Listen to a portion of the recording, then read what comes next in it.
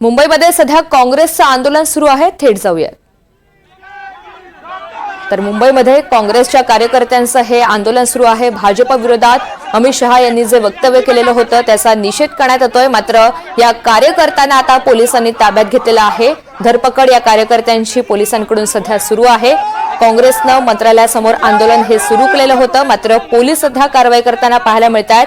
बाबा साहब के बारे में जो अमित शाह ने वक्तव्य किया उसके खिलाफ मुंबई कांग्रेस ने विरोध किया। इनके कुछ गुंडों ने आके हमला किया और उस गुंडों को बचाने का काम ये सरकार कचरू यादव मुंबई कांग्रेस डिपार्टमेंट चेयरमैन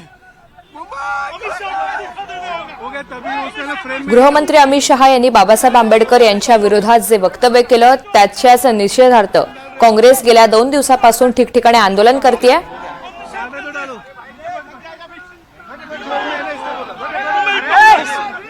राहुल गांधी जिंदाबाद, बाबासाहेब आंबेडकर जिंदाबाद।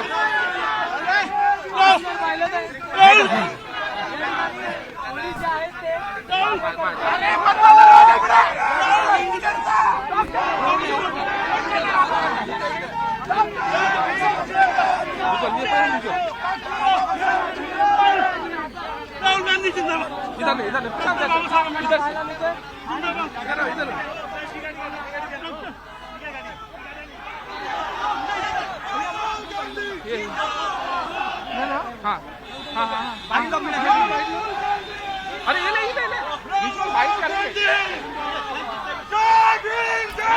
तर मुंबईमध्ये काँग्रेसचं मंत्रालयासमोर आंदोलन सुरू असताना आज पोलिसांनी आता या कार्यकर्त्यांना ताब्यात घेतलेलं आहे।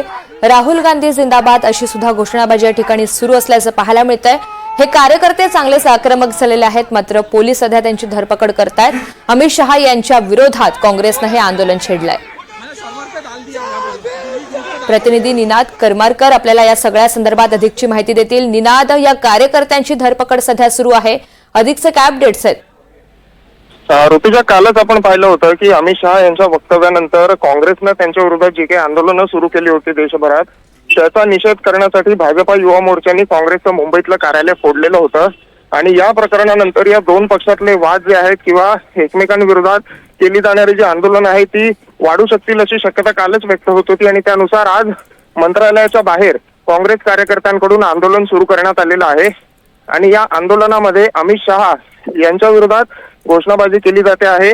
काल ज्या पद्धतीनं काँग्रेसच्या कार्यालयावरती भाजपा कार्यकर्त्यांनी हल्ला केला त्याचे पडसाद कुठेतरी आज मुंबईमध्ये उमटताना आपल्याला पाहायला मिळत आहेत। भाजपाच्या प्रदेश कार्यालयाबाहेर पोलिसांचा मोठा बंदोबस्त आहे आणि त्यामुळेच कुठेतरी थेट मंत्रालयाबाहेर येऊन हे आंदोलन केलं जात आहे अशी शक्यता आहे।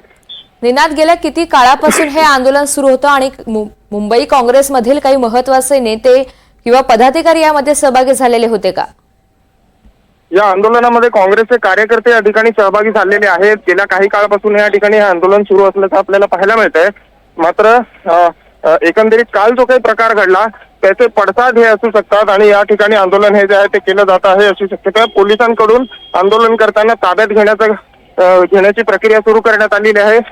पोलिसांना ताब्यात घेतलं जात आहे। अतिरिक्त पोलीस दल मंत्रालयाच्या परिसरामध्ये दाखल झालेलं आहे आणि कोणताही अनुचित प्रकार या ठिकाणी घडू नये यासाठी पोलीस खबरदारी घेत आहेत। निश्चित निनाद, धन्यवाद सविस्तर माहितीसाठी। तर काल भाजप कार्यकर्त्यांनी मुंबईमधील काँग्रेसचं कार्यालय हे तोडलेलं होतं, त्याची तोडफोड केलेली होती आणि त्यानंतर खरं तर आंदोलन करण्याचा इशारा काँग्रेसनं दिलेला होता आणि त्यानुसारच मुंबईमध्ये ठिकठिकाणी काँग्रेसचं आंदोलन सुरू असतानाच मंत्रालयासमोर हे आंदोलन आता सुरू होतं। मात्र पोलिसांनी या कार्यकर्त्यांना आता ताब्यात घेतलेलं आहे, त्यांची धरपकड केलेली आहे।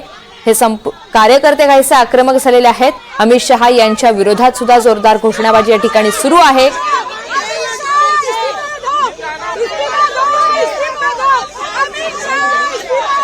अमित शहा